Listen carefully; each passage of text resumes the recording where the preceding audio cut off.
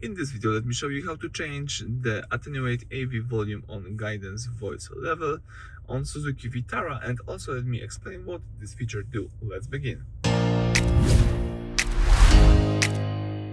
So at the very beginning, let's start by using the home screen of Suzuki Infotainment system. Here you need to find and select the settings icon, so this gear icon at the bottom of the screen. Then you have to be on the first tab, which is the system settings, and select here the volume settings, the second option. Then you need to scroll down almost to the bottom to the list to see this Attenuate AV volume on guidance voice. So these settings determines how much your music, audio, video volume drops when the navigation system gives a voice direction. Right now I'm using the low attenuation, so the music gets slightly quieter.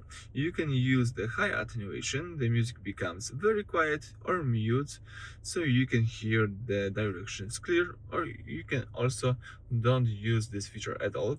In my case, I think low attenuation is enough, and it's good to use this feature in this level. So let me leave it that way, and I think that's it for this video. Thank you for watching. Please subscribe to our channel and leave thumbs up.